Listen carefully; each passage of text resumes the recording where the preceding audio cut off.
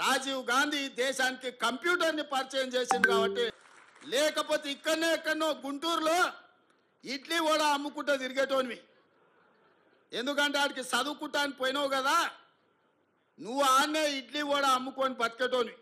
లేకపోతే రైల్వే స్టేషన్లో చాయ్ సమోసా అమ్ముకుంటా సిద్దిపేటలోనే ఉండేటోనివి. రాజీవ్ గాంధీ దేశానికి కంప్యూటర్ని పరిచయం చేసింది కాబట్టి నీ బతుకు ఒక కంప్యూటరు, ఒక ట్విట్టర్ అకౌంటు, ఒక ఐటీ మంత్రివైనవు. లేకపోతే ఐటీ శాఖనే ఉండేది కాదు. రాజీవ్ గాంధీ గారు ఐటీ రంగాన్ని ఈ దేశానికి పరిచయం చేసిండు కాబట్టి ఆ సన్నాసి ఐటీ శాఖకు మంత్రి అయిండు. లేకపోతే ఆ దిక్కుమాలలోని బాధనే మనకు ఉండేది కాదు. కాబట్టి ఇవాళ ఈ పరిస్థితుల్లో అలాంటి రాజీవ్ గాంధీ దేశ సమగ్రతను కాపాడడానికి ప్రాణ త్యాగం చేసి ఈ దేశాన్ని కాపాడిండు. అంత గొప్ప వ్యక్తి విగ్రహాన్ని ఈరోజు సచివాలయం ముందల ట్యాంక్ బండ్ మీద పెడితే రాజీవ్ గాంధీ విగ్రహం ఎందుకు పెడతారని అడుగుతారా? ఎంత బలుపు మాటలు కార్యకర్తలారా, ఒకసారి ఆలోచన చేయండి. అధికారం పోయినా మదము దిగలేదు. గాంధీ కుటుంబాన్ని కుటుంబ పాలన అంటున్నారు. ఆ సన్నాసులకు చెప్పండి, రాజీవ్ గాంధీ గారు ప్రధానమంత్రిగా చనిపోయిన తర్వాత దాదాపుగా 15-20 ఏళ్ళు కాంగ్రెస్ అధికారంలో ఉంది. సోనియా గాంధీ గారు ఏ పదవి తీసుకోలే, కేంద్ర మంత్రి పదవి తీసుకోలే, ప్రధానమంత్రి పదవి తీసుకోలే. 2004 నుంచి 2014 10 సంవత్సరాలు బలమైన యూపీఏ ప్రభుత్వం ఉన్న సోనియా గాంధీ గారు, రాహుల్ గాంధీ గారు ఏ పదవులు తీసుకోలే. కేంద్ర మంత్రి పదవి కానీ ప్రధానమంత్రి పదవి కానీ తీసుకోలే. ఆనాడు రాజీవ్ గాంధీ గారు చనిపోయినాక దాదాపుగా 3 దశాబ్దాలుగా పైగా కాంగ్రెస్ పార్టీలో గాంధీ కుటుంబం ప్రధానమంత్రి, కేంద్ర మంత్రి పదవి తీసుకోలేదు. పదవి త్యాగం అంటే వాళ్ళని చూడాలి, ప్రాణ త్యాగం అంటే వాళ్ళని చూడాలి, స్వతంత్ర పోరాటం అంటే ఆ కుటుంబాన్ని చూడాలి. మోతీలాల్ నెహ్రూ, పండిత్ జవహర్లాల్ నెహ్రూ స్వతంత్రం కోసం పోరాటం చేసి ఈ దేశానికి స్వతంత్రం తెచ్చినోళ్ళు. శ్రీమతి ఇందిరాగాంధీ, శ్రీ రాజీవ్ గాంధీ ఈ దేశం కోసం ప్రాణాలు త్యాగ మంత్రి, అల్లుడు సాగునీటి పారుదల శాఖ మంత్రి, బిడ్డ ఎంపీ, సడ్డకుని కొడుకు రాజ్యసభ.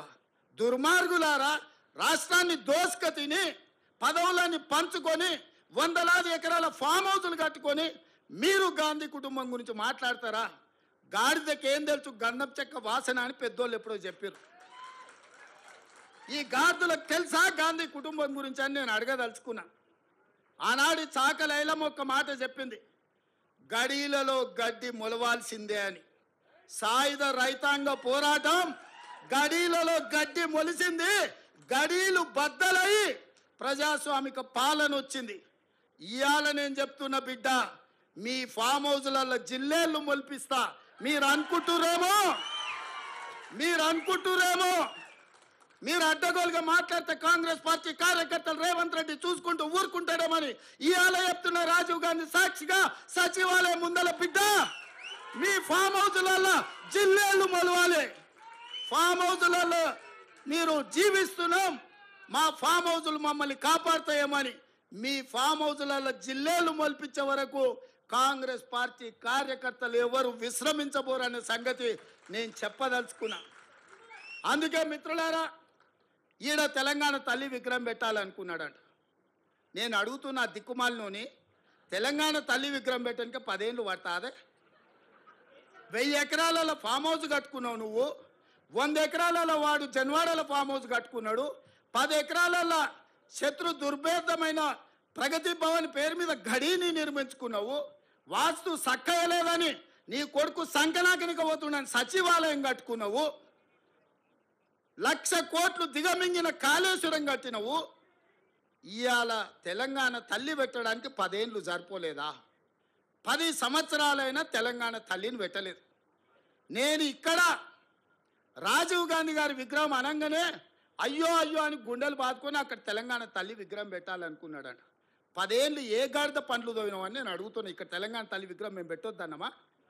ఆ సన్నాసి సొంత విగ్రహం పెట్టుకుందామని ఇది రిజర్వ్ చేసి పెట్టుకున్నాడు. ఆ సన్నాసికి ఆ పక్కన బుద్ధుడు, ఈ పక్కన బుద్ధిలోనూ పెట్టుకోవాలని వాళ్ళ ఆలోచన. అట్లాంటి సన్నాసుల కోసం అమరవీరుల స్తూపం ఒక పక్కన, గౌతమ బుద్ధుడు ఇంకొక పక్కన, పివి నరసింహారావు గారు ఆ పక్కన, ఆ పక్కనే శ్రీమతి ఇందిరాగాంధీ గారు రాష్ట్రానికి పరిపాలన అందించే గుండెకాయ లాంటి ఇక్కడ దేశం కోసం ప్రాణాలు అర్పించిన రాజీవ్ గాంధీ గారి విగ్రహం సముచితం కాదా? మీరు ఒక్కసారి ఆలోచన చేయండి మిత్రులారా. తెలంగాణ వాదులందరూ నేను అడుగుతున్నా, ఈ జగన్ రాజీవ్ గాంధీ విగ్రహానికి అర్హత లేదా? ఆంధ్రప్రదేశ్లో పార్టీ సర్వం కోల్పోయి, తెలంగాణలో కేంద్రంలో అధికారాన్ని కోల్పోయి, తెలంగాణ రాష్ట్రాన్ని ఇచ్చిన మాట మీద సోనియా గాంధీ గారు నిలబడి తెలంగాణ రాష్ట్రాన్ని ఇస్తే ఆ కుటుంబాన్ని ఆ గాడిదలే ఇక్కడ రాజీవ్ గాంధీ విగ్రహాన్ని పెట్టాల్సింది పోయి ఇవాళ మనం పెట్టిన విగ్రహాన్ని అవహేళన చేసి తొలగిస్తామంటారు. ఎవర్రా తొలగించేటోడు? ఒక్కడు రాండి, ఎప్పుడు వస్తారో తారీఖు చెప్పండి బిడ్డ. రాజీవ్ గాంధీ విగ్రహం తీస్తారంట, ఎవడొస్తాడో నేను చూస్తా.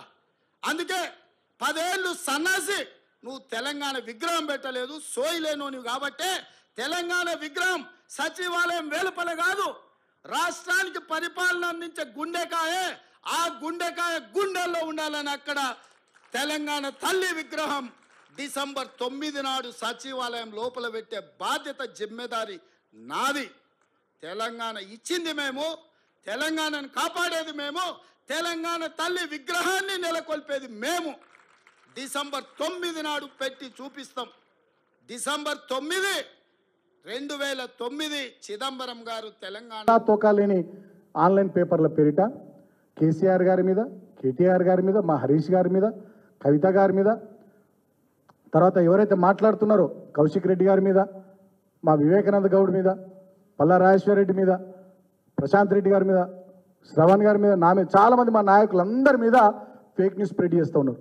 నాకు అందరు తెలుసు, నేను చెప్తా ఉన్నా, ఇవాళ మీడియా రికార్డ్ చేసుకోండి మీరు, నేను చెప్తా ఉన్నా, నాకు అందరు తెలుసు. రేవంత్ రెడ్డి టీంలో అధికారులు ఎవరో, రేవంత్ రెడ్డి టీంలో ఇవన్నీ నడిపిస్తున్న ఎవరో అందరూ తెలుసు నాకు. రేపు మేము అధికారంలోకి వచ్చిన పక్క కేసీఆర్, కేటీఆర్, హరీష్ రావు ఇడిసబెట్టి నేను మిమ్మల్ని ఇడిసబెట్ట బిడ్డ చెప్తున్నా, ఓపెన్గా చెప్తున్నా. కేసీఆర్ గారు, కేటీఆర్ గారు, హరీష్ రావు గారు మిమ్మల్ని క్షమించి వదిలేసినా ఇవాళ రేవంత్ రెడ్డి టీంలో ఉన్న అధికారులు ఎవరైతే ఈ డ్రామాలు చేస్తూ ఉన్నారో, రేవంత్ రెడ్డి టీంలో ఉన్న ఇంకా కొంతమంది ఎవరైతే నేను మాట్లాడేది మీరు వింటున్నారు, మీకు అర్థమవుతుంది, మీరు ఈ ప్రెస్ కాన్ఫరెన్స్ చూస్తున్నారు, నేను చెప్తున్నా. కేసీఆర్, కేటీఆర్, హరీష్ అన్న వాళ్ళు మిమ్మల్ని ఇడిచిపెట్టినా నేను మిమ్మల్ని ఇడిచిపెట్టా. అధికారంలోకి 4 రోజులు వెనక ముందు మేము వచ్చుడు పక్క మిమ్మల్ని ఇడిచిపెట్టాం. రాజకీయాలు చేస్తే ఫేర్గా చేసుకుందాం. మీరు అధికార పక్షం, మేము ప్రతిపక్షం. మేము ప్రజల గురించి మాట్లాడతాం, ప్రజా సమస్యల గురించి మాట్లాడతాం. మీరు ప్రజలకు ఏం హామీలు ఇచ్చారో వాటిని మీకు గుర్తు చేసుకుంటూ మేము ప్రజల పక్షాన మాట్లాడతాం. మీరు చేతనైతే పని చేయండి, శాతకాకపోతే గమ్మునుండండి తప్ప వ్యక్తిత్వాన్ని దెబ్బతీసే విధంగా మా నాయకత్వం మీద, మా వాళ్ళ మీద బురద జల్లేటటువంటి ఫేక్ న్యూస్లు డ్రామాలు చేస్తే 1000% మీరు ఎవడెవడు పెడుతున్నా అని తెలుసు. మీ గొట్టపు ఛానళ్ళు, మీ గొట్టపు కథలు, మీ గొట్టంగాళ్ళు అందరూ తెలుసు. ఎవరిని వదిలిపెట్టాం, మిత్తి కాదు, దానికన్నా ఎక్కువ ఇస్తాం. తర్వాత మళ్ళీ మమ్మల్ని తప్పుపట్టడానికి తెలంగాణ సమాజం కూడా వాళ్ళు కూడా ఏమనుకోరు. ఎందుకంటే మేము ప్రజా సమస్యలు మాట్లాడుతున్నాం. ప్రజలు మాకు ఇచ్చిన పాత్ర ప్రధాన ప్రతిపక్షం కాబట్టి వాళ్ళు ఇచ్చినటువంటి హామీలు వాళ్ళకి గుర్తు చేస్తూ ఉన్నాం తప్ప మేమేం వేరే అంటలేము. మేము కూడా ఓపికగా పద్ధతిగానే ఉంటున్నాం. కానీ మరి వ్యక్తిత్వాన్ని దెబ్బతీసే విధంగా ఇష్టం వచ్చినట్టు చేస్తే మాత్రం డెఫినెట్గా మిత్తితో సహా ఇస్తాం. మీరు కొడుకులారు అనుకుంటున్నామో అమెరికాకు పోతాం, లండన్ పోతాం, దుబాయ్ పోయి దాక్కుంటాం, అధికారం పోయినాక గల్లవట్టి గుంజుకొస్తా బిడ్డ. అక్కడికి వెళ్ళి ఒక్కొక్కని గల్లవట్టి గుంజుకొస్తా వేరే దేశాలకు పోయినా. నేను సత్యాగ పురాతు నేను చెప్తున్నా, నేను ఉద్యమంలో 14 ఏళ్ళు పనిచేసినా, ఎన్నోసార్లు పోలీస్ దెబ్బలు తిన్నా, జైళ్ళలోకి పోయినా, నేను ఎవరినయ్యాక భయపడలే, అన్కాంప్రమైజ్డ్గా ఓట్లాడినా. రేవంత్ రెడ్డి కూడా తెలుసు ఈ విషయం. ఎన్నో సందర్భాల్లో వివిధ వేదికల మీద అక్కడక్కడ కలుసుకున్నటువంటి సందర్భాల్లో గట్టి కొట్లాడుతున్నామని ఆయన కూడా అనేది ఉద్యమ సందర్భంలో నేను చెప్తా ఉన్నా. అధికారంలో ఉన్నప్పుడు కూడా ప్రజలకు అట్లనే సేవ చేసినాం, మేమంతా అట్లనే పనిచేసినాం. ఇలా ప్రధాన ప్రతిపక్షంగా కూడా మా నాయకత్వం అంతా మేము అట్లనే పనిచేస్తున్నాం. వ్యక్తిత్వ పర్సనల్గా క్యారెక్టర్ను దెబ్బతీసే విధంగా కేసీఆర్ గారి నుంచి మొదలుకొని మన నాయకుల విషయంలో ఎవరు ఏమేం చేస్తారు అన్ని గమనిస్తున్నాం. ఇప్పుడు మా టైం కాకపోవచ్చు, అది కూడా చెప్తున్నా, ఇప్పుడు మా టైం కాకపోవచ్చు, డైరీ మెయింటైన్ చేస్తున్నాం, అందరం మొత్తం రాసుకుంటున్నాం. అధికారులు అదేవిధంగా ఈ సోషల్ మీడియా వాళ్ళు అన్నీ రాసుకుంటున్నాం, ఎవరిని వదిలిపెట్టాం. ఇష్యూస్ మీద మాట్లాడతాం, ఇష్యూస్ మీద ఫైట్ చేస్తాం. మీరు కూడా ఇష్యూ బేస్డ్గా ఉండుంటారు, నేను కాదంటలేము. కానీ మరీ పిచ్చి పిచ్చి చేస్తే మాత్రం ఊరుకునేది లేదని చెప్పి సందర్భంగా నేను హెచ్చరిస్తూ ఉన్నా. ఇక నేను ఇట్లా మాట్లాడినందుకు సుమన్ ఇట్లా మాట్లాడతాడు, అట్లా మాట్లాడతా అంటే మరి ఏం చేయాలి? 9 నెలల నుంచి మాకు కూడా కడుపు కాలుతుంది. మేము కూడా ఓపిక ఎంతవరకు ఉంటుంది, సహనం ఎంతవరకు ఉంటుంది?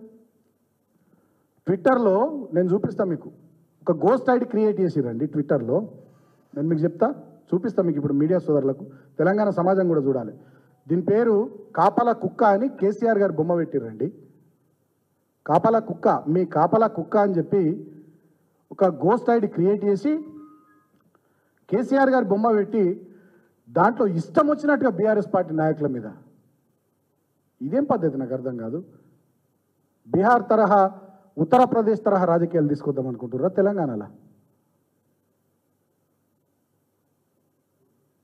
హైడ్రాన్ తీసుకొచ్చి పేద ప్రజల ఇల్లు కూలగొడతా అని చెప్పి మొన్న మేనిఫెస్టోలో పెట్టిండా, లేదా ఎన్నికల ప్రచార సభల్లో చెప్పిండా? లేదు సచివాలయం ముంగట రాజీవ్ గాంధీ విగ్రహం పెడతాం, తెలంగాణ తల్లి విగ్రహం పెట్టాం అని చెప్పి ఎన్నికల ప్రచార సభల్లో చెప్పిండా, లేకపోతే కాంగ్రెస్ పార్టీ మేనిఫెస్టోలో చెప్పిండా, 6 గ్యారెంటీల కార్డులో పెట్టిండా? RRR అలైన్మెంట్ను మారుస్తాం, మా మంది మావతుల భూములకు అనుకూలంగా RRRను మెల్లగా గుంజుతాం ఒక 5 కిలోమీటర్ల అవతలకి అని చెప్పి రేవంత్ రెడ్డి ఎన్నికల మేనిఫెస్టోలో పెట్టిండా, 6 గ్యారెంటీల కార్డులో చెప్పిండా, లేదా అసెంబ్లీ ఎన్నికల ప్రచారంలో చెప్పిండా? భవిష్యత్తులో ఫార్మసిటీని రద్దు చేసి ఫ్యూచర్ సిటీ పేరిట రియల్ ఎస్టేట్ దందా చేస్తా అని చెప్పి రేవంత్ రెడ్డి అసెంబ్లీ ఎన్నికల ప్రచార సభల్లో చెప్పిండా, ఎన్నికల మేనిఫెస్టోలో పెట్టిండా, 6 గ్యారెంటీల కార్డులో పెట్టిండా, లేకుంటే ఇప్పుడు అధికారంలోకి వచ్చినాక చేస్తుండా? ఏం జరుగుతూ ఉంది రాష్ట్రంలో? కోతికి కొబ్బరి చిప్ప దొరికినట్టు, కుక్కకు బొక్క దొరికినట్టు ఇవాళ వీళ్ళకి అధికారం వస్తే, అర్హత లేని వాళ్ళు ఇవాళ అందలం ఎక్కితే, సరే నీ అదృష్టం మంచిగా ఉండి మీరు అధికారంలోకి వచ్చి ముఖ్యమంత్రి అయితే